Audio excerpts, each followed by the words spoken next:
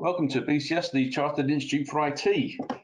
This is another one in our series of Vital Workers webinars, Managing Unplanned Business Change we're discussing today. As you can see from our starting slide, we're talking to Julian Burnett. He's a VP at IBM, Global Markets Distribution, a fellow at BCS. We have Debra Paul with us, who's the MD of Assist Knowledge Development, a BCS author and a Chartered Fellow. Shortly, we'll have Eileen Brown with us as well, also a BCS author, looking particularly at social media marketing and so on. We're just struggling to get Eileen at the moment, but she'll be with us shortly. Just wanted to just make an initial comment about the campaign that we're doing. Just put this slide up here so you can see what we're doing. BCS Vital Worker campaign, you can see the IT is capitalized. We're just trying to promote the good work that's being done in these difficult times by IT professionals. We know over the years that IT professionals have taken the fall for all sorts of things, many not their fault. I'm thinking of project management issues, for example. But at the moment, I think there's a lot of evidence that IT professionals are stepping up to the plate, doing some really good work, and we want to recognise that. So I'm using that hashtag. Use it on LinkedIn, Twitter, Facebook. Tell us some good examples, of which there are many, of IT professionals that are really contributing towards what's a difficult time in supporting each of us. But let's get on with our discussion. We'll hopefully have Eileen with us shortly. I'd like to start off this discussion just thinking about the pace of the change. People have moved to home to work. It's happened quickly. But of course, there are also a lot of people that need to stay in the supply chain. So just wonder what you feel about what managerial tensions have been raised in these initial stages of this development as we move. Perhaps I could start with you, Julian. Yeah, Brian, thank you, and thank you for the opportunity to join this webinar. I think we have to look at this situation as having a number of distinct phases. The immediate reaction that most organisations felt was this burning desire to keep going, but keep going in a way that they'd never experienced before in terms of employee connectivity, employee communications, and we certainly saw that initial reaction putting a huge pressure on companies' ability to allow remote working and to allow it safely and securely. I think that mine very quickly turned to in the industries that I serve and my work. When I describe my role as distribution, what that covers is retail, consumer products, travel and transport markets. So all of my clients for IBM are operating in this new reality in those markets. It's been quite brutal for some who have had to close all their stores, close their distribution operations, close in some cases their e-commerce operations. So I think the immediate reaction of keeping going, but going safely, dramatic reduction in revenue has caused them to realize that there are some very serious flaws in their ability to operate at a dramatically reduced scale. And their cost base was very much, after the consideration of people, the cost base of those organizations came flying full into the face of the executive teams to try to find a way through to the next phase, which is this operational reality. Yeah.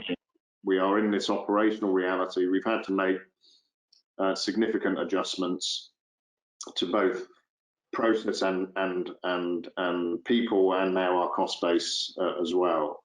I think many of the conversations I'm having now, though, people's attention is turning to what next, and with government consideration around moving to include the economic as well as the health crisis, thinking about coming back to life and work in a different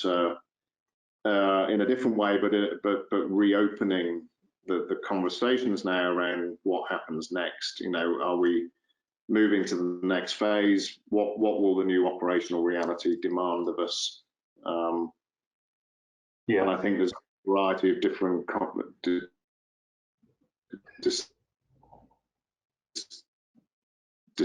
decision points needed, and see the pace at which organisations have made decisions.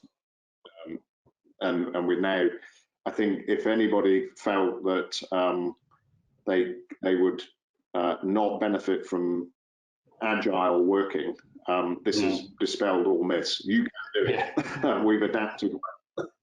Absolutely. And it's been proven out. So. Excellent. So actually, I see Eileen's just joined us. So can I first of all say welcome, Eileen. Thanks for coming to the conversation. We'll bring you in a moment. Just a little thing I forgot to mention in the introduction, actually. On the GoToWebinar panel, there's a little question section. So if Julian, Debra or Eileen say anything that you would like more information on, or violently disagree with, I don't mind which one it is, or even violently agree with, please stick in some questions if you can. So can I come to you, Debra, about this initial tensions that we've had, like in the supply chain, that sort of thing? Yeah, I mean, in line with what Julian was saying, as a manager and an owner of a company, the tensions initially were extreme. The pressures were extreme because not only were you looking at your own organisation and thinking, okay, how do we adapt? How do we work in a different way completely? But also a lot of the organisations you were working with and we were working with faced very similar pressures. And things like cost base of operation was absolutely at the forefront initially, because obviously for a lot of organisations, that's a long-term commitment cost base that is going to cause them incredible tensions as a manager of an organisation or of a division. But if we leave that, because Julian's talked about that, I think obviously I come from a business analysis and business change perspective, which is a very, very holistic perspective. And so what you then had to really focus on was initially business continuity from the point of view of operating in a completely different way, in a completely different environment. And, you know, in my organization, we were set up for that because we've always been a distributed working from home a lot of the time organization. So it was a relatively straightforward situation. But working with organizations and with clients where that's not the case, then you see all those tensions from business continuity in terms of continuing operations with everybody suddenly not being able to be in an office at all. And obviously technology played a massive part in that. So where organizations were set up for working at home, where people had all of the equipment, the resources, etc., you had a diminished area of pressure there. But where that wasn't the case, the pace was so rapid, it was so extreme that organizations had massive pressures on them to react and respond. So, you know, we've seen that. Then, of course, you come into the whole people area, because you have to then look at, as a manager, okay, I've not only got to make sure that everybody is up to speed in terms of equipment, resources, I've also got to make sure that people's well-being is considered, that communication is considered, that we have clarity of process when the processes need to change. So there were tensions in every aspect of the holistic model, if you like.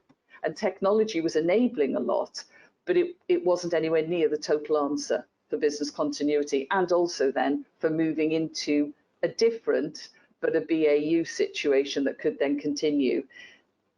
As Julian said, though, the phases situation is absolutely spot on. When it first happened, you went into one phase. Now, very much we're moving into another, and the pace that you're moving through the changes is really quite astonishing. You know, obviously unprecedented. And as a business manager, you really have to be able to cope with that, and you have to be able to take your team with you.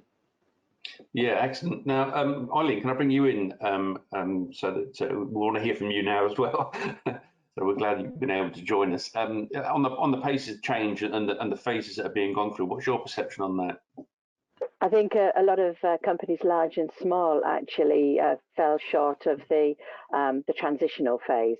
Whilst a lot of large organisations have been set up for remote working for years, it has always been for a subset of the organisation, and almost the airdrop dramatic about face in which suddenly everybody had to start working from home, caught a lot of even large organizations short, even though they had the appropriate technology, with the maybe the hardware dongle for the VPNs not being available, and training.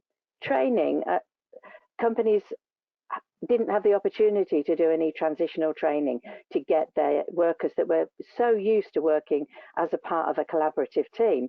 They weren't used to getting them set up and trained and realigned to work remotely. And I think that's been one of the greatest stumbling blocks from the technology perspective. Although there's a massive amount of collaboration technology around and huge amounts of choices, from video conferencing all the way through to collaboration tools like Slack and Microsoft Teams. But the problem has been setting people up to use them from home. Often people have got seriously low bandwidth, which of course has never been addressed from an enterprise perspective, which has just been used to having people working in the office with the tools that they need in the office. So I think that's been a massive stress for a lot of management, because of course you can control your office environment. You have no idea of the environment in people's home offices or homes, or anybody with teenagers who are now online streaming all day, which means calls like this just can't take place. Yes, I had to instruct my children as to what they're allowed to use for the next 45 minutes. Can I pick up with you, Julian, about the pressure points for a version of business as usual? So trainings, obviously, we've just identified that as one of them. What other pressure points are there? I think, look, I'll speak on behalf of my clients rather than on behalf of IBM. I think that the most significant pressure point are out after we've considered the ability to work and our people's safety, really has passed back to the adequacy of the organisation's ability to, excuse me while I just turn this printer off, the organisation's ability to sustain itself from a cost perspective.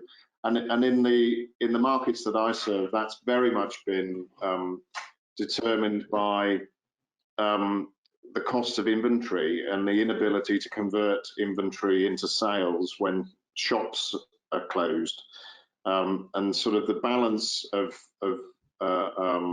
consideration around keeping some level of income flow relative to the cost of the business. That is not something that the business continuity plan has ever addressed. The consideration for zero revenue whilst carrying, for example, billions of pounds worth of inventory on hand with nowhere to go.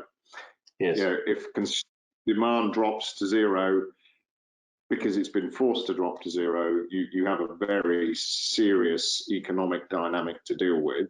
And the reaction has been, in many cases, to just go, right, let's stop spending on anything discretionary, even though that discretionary spend may have been directed towards investments in new capability, or in fact, even directed towards cost efficiency measures.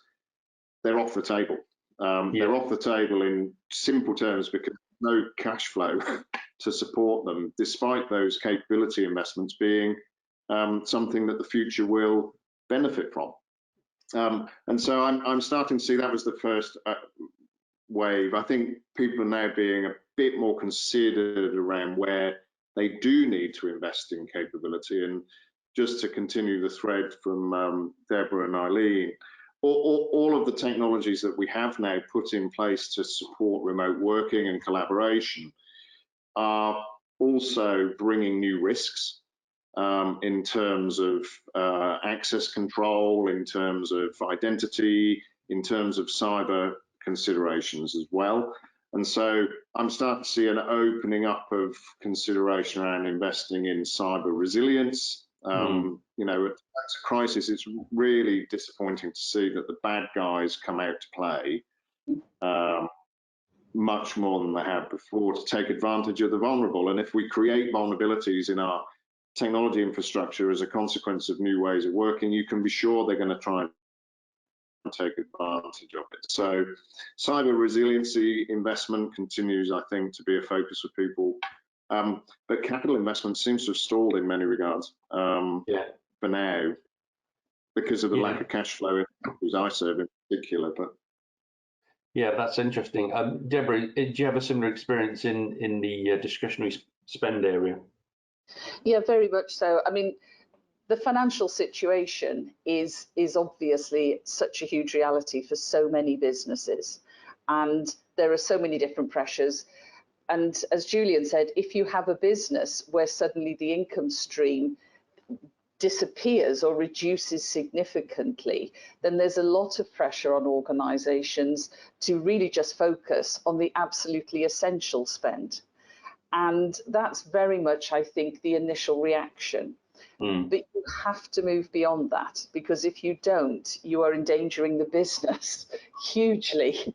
And there are so many aspects of discretionary spend that you have to look at. And you know, I remember when we had the 2009 credit crunch crisis, which felt like the worst business situation in my career at the time, now completely overshadowed, of course. But I remember saying to my team and to anybody in my customers and my contacts that I was talking to, you have to have a twin track to succeed. And the twin track is to keep BAU going and to keep costs as low as you can. But you have to have a track that looks forward, because otherwise when things come back, and they came back hugely that time, and some of the research suggests it will this time as well, you have to be prepared for that. And so you have to have those twin tracks going. And that means not just spending and investing in product services, it's also looking after people. And you know, you have roles that could be considered in some organizations not being frontline. Therefore, are they absolutely necessary at the moment? Do we want to spend money on keeping those people employed? But actually, if what they are doing is ensuring the frontline can operate, and that means from the point of view of people feeling that they're still in contact, that they're still committed to their organization, that they're still part of it, that really should not come too much under discretionary spend, because at some point it becomes essential spend. And that, I really think, is very important for all organizations to think about. So Eileen, you've got a social media perspective. You've actually written a book for BCS on that very subject. Has there been a refocusing on those more digital means of delivery now that it's been enforced? And is there a good story there? It's been quite dramatic, actually, from a digital perspective. Although about 90% of enterprises already have some form of collaboration platform for internal communications. For example, Microsoft Teams recently reported more than 20 million daily active users, and Slack confirmed in late 2019 that it had more than 12 million users. So adoption of collaboration apps such as this, Zoom, for example, has had a phenomenal rise since the lockdown, simply because of its ease of use. There is widespread use across numerous platforms, but of course enterprises, which have got a lot of other things to consider, have to consider the adoption. For example, they might be migrating their legacy applications to software as a service to accommodate the increase in remote workers. But and another thing a lot of businesses are not realizing is the mental well-being of teams, because as you shift teams from being on site to using a virtual setup in order to create an atmosphere of collaboration, a lot of people are in business are still focusing on the technology, but forgetting that interminable video calls are just as damaging to introverts as they are fodder for extroverts. And whilst we're all focusing on the technology, we are forgetting that we're all people that just want a bit of time off to kick off our heels and not have to communicate in some other way. So whilst there's been some incredible positives from the moving to remote working and keeping people safe and secure at home, there are a lot of people that are really struggling with it because of the intrusiveness of the collaboration, the digital collaboration that's happening now. And I think we're forgetting that in our focus on the technology. Well, I think that's an interesting point. We had this on our list of... I'd reinforce that point. We've just issued a series of work from home pledges within IBM globally to address this point, because whether we like it or not, we're now all in each other's homes. My children are in the room next door trying to work on schoolwork, trying to print in the room I'm in. I've had to turn the printer off because of the noise. But we are in a different context, and being respectful to each other in a different way is absolutely essential, because you're right. And these pledges include that very simple commitment to each other, that you don't need to be on camera. If you don't want to be on camera, you don't feel, even though some of us do feel that the face-to-face contact is really positive, for some that is not the case. And I'm having a bad hair day, quite clearly, you can see. And Deborah, what's your take on the human angle in these changes? I think is absolutely critical, and it is really, really interesting how I think the shift to home working has really shifted how we view each other and how we communicate and how we sort of engage. It's, I mean, I run a training company, so when you're running courses in a classroom, you're with people physically, and you would think, well, when I'm running over digital technology, that is a more remote view. That is actually not what we're finding at all. There is as much engagement, if not sometimes I think more, because you are in each other's homes a lot of the time when you're engaging, and there is something very, very personal about it. So I think that really, whether you're working with clients, whether you're working with your team, you have to understand that you are working with people, and I think it really has come to the fore. But I also think that it's also allowed us to be, I don't know, in some way a little bit more forgiving of each other, a bit more open to collaboration. And whilst if you have a team that you're leading, you do have to make sure that you ensure their well-being, ensure that they are feeling supported, ensure that they know if they want to walk away and just not be in front of a laptop for half an hour because actually they just can't take it any longer, that's fine. You have to put all that in place. But I do think as well, there is quite a strong sense, and I'm going to use that awful phrase, we are all in it together. But I do think there is a sense of that, and that has led to us being a bit more tolerant. If a signal drops out for a few minutes, people just accept it. There's a real atmosphere around this that I think is hugely positive, and organizations that look after their team and look after their people and allow that to foster, I think are going to benefit. So can I ask you, perhaps, Eileen, go, yes. I just wanted to cut into that. I write for ZDNet, which is an online journal about enterprise and technology, and a piece of information came across my desk this morning. A survey was done of 2,500 people from an anonymous professional network called Blind, and it asked the questions, would you prefer to continue working from home after the coronavirus restrictions lift? And when you do go back to work, how likely are you to use shared spaces? And do you expect a flexible working from home policy to persist? And quite interesting, 64% of the respondents wanted to continue working from home after the restrictions lifted. More than 60% of Microsoft, Uber, Salesforce, Lyft, and Intel preferred to continue working from home, although I'm not sure how Uber would manage working from home after the restrictions list.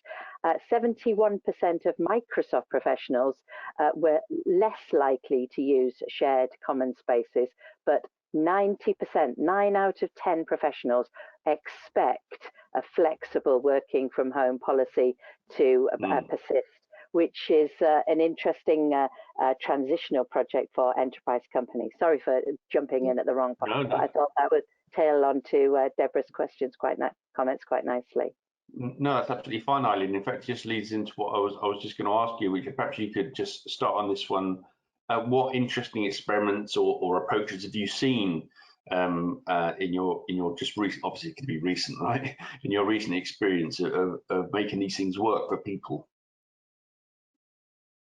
So the reason that I was late online is the different amount of technologies all fight with each other. So the technologies I use in addition to GoToMeeting are WebEx, Microsoft Teams, Zoom, Skype for Business, and BlueJeans recently. And with the and I'm a technologist, so I understand how the conflicts can occur when Skype steals your audio and prevents GoToMeeting from letting you have the audio. But I'm a technologist and I know how these work. I feel for people who are not so technically minded, who struggle with all of these different technologies.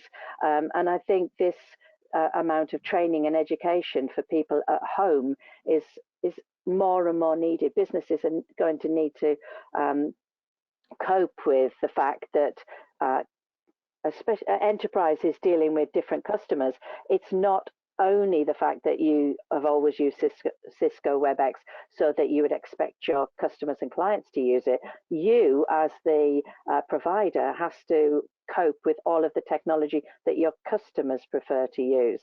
And I think as working from home continues and you don't have the IT support desk just around the corner, I think more and more people are going to have to become a little bit more cognizant of all the different technologies. I feel that I'm currently my husband's support team at the moment as he talks to his company's clients on their technologies as opposed to driving to see them face to face. He's an engineer, he's not a technologist, and I'm sure he's not the only person in the UK like that. Yeah. Julian, do you think we'll see a culling of some of these services so that, we get a little bit more? I mean, there's always been a lot of vaporware around anyway, hasn't there? But how do you feel about that? I don't know that we will, Brian, actually. I think in my experience so far, and I think this is borne out actually in other aspects of our industry as IT professionals, this is like allowing the freedom in your development team to choose the tools that they are most comfortable working with being extended to the entire organization. So, yes, of course, there will be corporate policy. Yes, of course, there will be standard tool sets enabled for workers. But actually, I think getting the job done and being able to choose the best tools to get the job done will start to feel like a more normal way of working for many more people than perhaps previously enjoyed as the freedoms of the IT team, who are happy to choose to work with open source tools and choose to work with different development platforms. And actually, we've seen some fascinating stuff in the last few weeks where we've held 2-day workshops with clients, 2 whole days, using a variety of different tools in different ways, using Mural, for example, for whiteboards, whereas before you'd have brought a group of people into a physical space for a design thinking workshop and using whiteboards and post-its.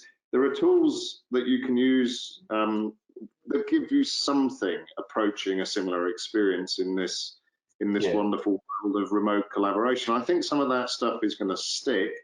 And I do think, back to my point, so long as you can be doing this safely, and I mean it not just in terms of the physical health of our workers, but the mental health of our workers and the cyber health of our business, so long as we can do this safely, then I think freedom to choose the tools that work best to get the job done will become a new normal for many of us.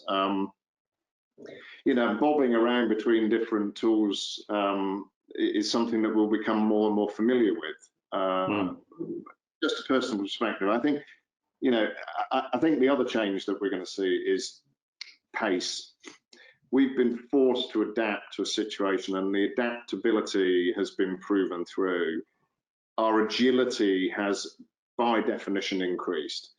We're making decisions faster. We're making them with less information in hand in some regards, but much more information in hand, because we're able to take a perspective on a wider field of view. You know, I'm sat here right now with a laptop talking to you with a Big Mac, not the McDonald's burger, a Big Mac, where I've got, you know, constant news feeds, and I'm looking at the industries that I'm serving my clients. I'm sort of appraising myself of a much wider body of information, but it's perhaps less corporate standard information. And I think, again, this is something that I'm certainly encouraging my teams to do, is just find ways of doing what you're doing and find different ways of doing it, being adaptive, being agile, being informed, keeping informed. But actually the thing that underlines this is empowerment. This is a time where by necessity we are empowering people in different ways than we have before, and arguably we're empowering them to do things differently. Because of that, I see a future not that far away where those levels of empowerment we've enjoyed whilst working remotely, and those levels of empowerment that we've enjoyed working collaboratively, will continue. And I think going back to an office to do the job in the way that is required of me in the old way, that will be over. We won't be doing it. We'll be looking for that empowerment. We'll be looking for that freedom. We'll be looking for pace and agility and adaptability to be normal for us going forward. Now, that's interesting that you bring that point up, because we've had a question come in from Brenda. Thank you, Brenda. Perhaps I'll put this to Deborah, if that's okay. Is it likely that in future we'll have more staff on temporary and casual contracts so as to enable business to downscale quickly should needs be? Because that's another side of empowerment, isn't it, in inverted commas? What's your view on that? That's very interesting, because I think in some industries that shift was made a while ago, and in other industries not so much. But yes, I do think that is going to be the case, and I think for a number of reasons, one of which is the cost base overhead that we discussed earlier. But I think also once people are empowered, and I do agree with Julian, I think the people that are prepared to take the situation and run with it, I think they're increasing in number, largely because by necessity they have to. But I also think that they will get a taste for it. I agree.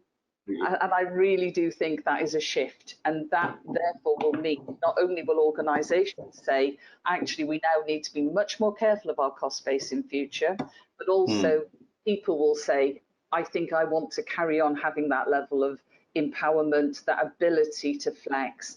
And, you know, we talk about agility, and this is a pet subject of mine, so if I can just spend a moment on this.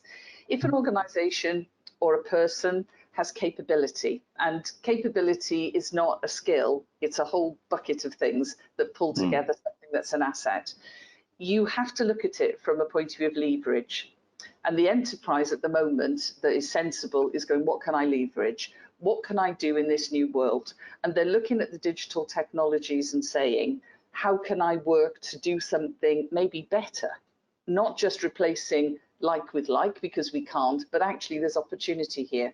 I think individuals can also look like that as well. They can do their own personal SWOT analysis and say, what have I got?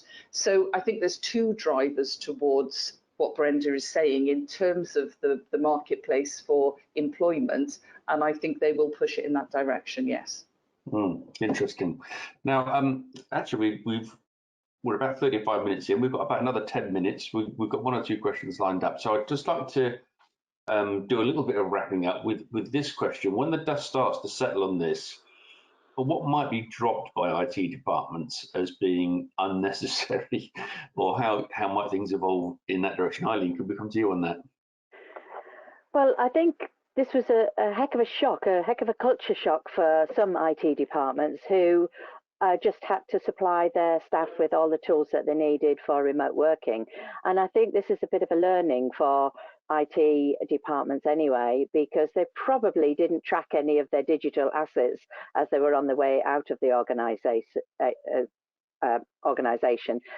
And if they tracked all the changes to their networks and their systems and their digital assets to enable people to become empowered and remote work, they've got a very clear roadmap in how to scale this up or rescale or bring it back into the office if they need to. So I think there's a lot of learnings to happen for companies to remain agile, because some companies have had to suddenly become agile even reluctantly when they weren't expecting to. And I think that there's a huge time for reflection as companies who have also had to adapt to the new norm might realize that their empowered employees are actually more productive than they were when they were in the office, which is a complete cultural and organizational change. Yeah.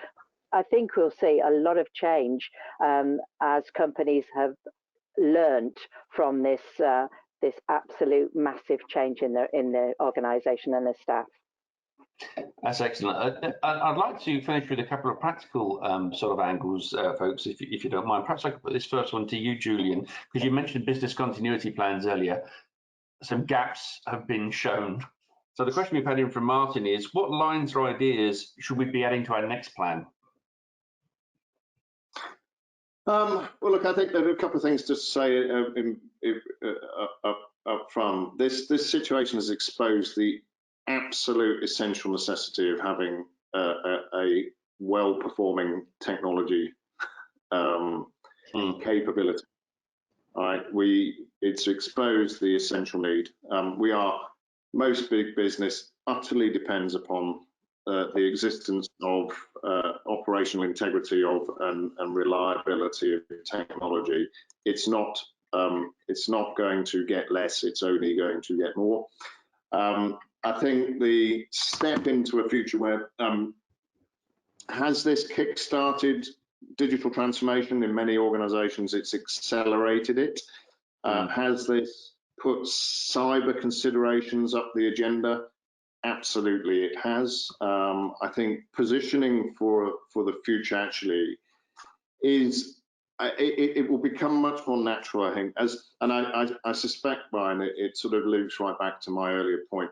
As the capital investment tap starts to open again, organizations would be best placed to have tried to take some of the essence of the experience that we've had over this last couple of months and what might be a few more months yet, and to try to use that in investing really with focus about the opportunities for the future, recognizing IT as a central capability, recognizing that, by the way, digital and IT for me are inseparable. The thing I think where I'm seeing those that are being more forward thinking right now is this a moment to get on top of the data capability and the use of automation in big data? You know, I think many organizations have really actually struggled to take true advantage of the data that they have, the sort of continuum all the way up to machine learning and BI. Very few have been on that journey yet, and I think those that are now starting to say, if we're going to move fast into the future and we're going to move fast in the future, we actually need to get a grip of the data and insight that we have to drive our decision making. If you're in retail right now, that would be where I would be focusing my attention. How to get ready to take advantage of the data I have to start to drive a level of digital transformation and automation that has that's been kickstarted as a consequence of working with this new context. We're just picking up on your thoughts there, Julian, and this we had down as our last point in our little list as well. Digital transformation has been given a big push. So there are certain things that need to be sort of bedrock, aren't there? Some fundamental principles that need to be in place to make sure that the push is just not a panic in one particular direction. So I'd like to ask each of the three of you what you think are the main key things to have right, so the digital transformation that is a success. Can I start with you on that, Deborah? Yes, I really believe that digital transformation is not just using tech for tech's sake, or understanding that you take something that is maybe manual and make it automated, and that's digital transformation. And I think sometimes people think it is. Digital transformation is about innovation. It's actually about mindset difference. It's about looking at the potential and having the ability to do things like what if analysis, and to allow people to actually think what else. And until we do that, we're not really making the most of digital technologies. It has to be customer centric. So you have to have an outcome focus.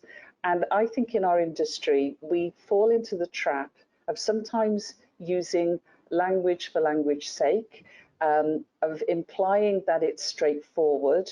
And actually, it requires so much more if you're really going to talk digital transformation. And it is a massive opportunity for innovation, but you've got to have a holistic view and a right mindset to really grasp it. Excellent. Eileen, what's your view on those transformation fundamentals? Well, Deborah stole quite a few of my words, but fortunately, the only thing she missed was people. You can put all the shiny new tools in place. You can have all the best practices for the new way of working with remote technologies.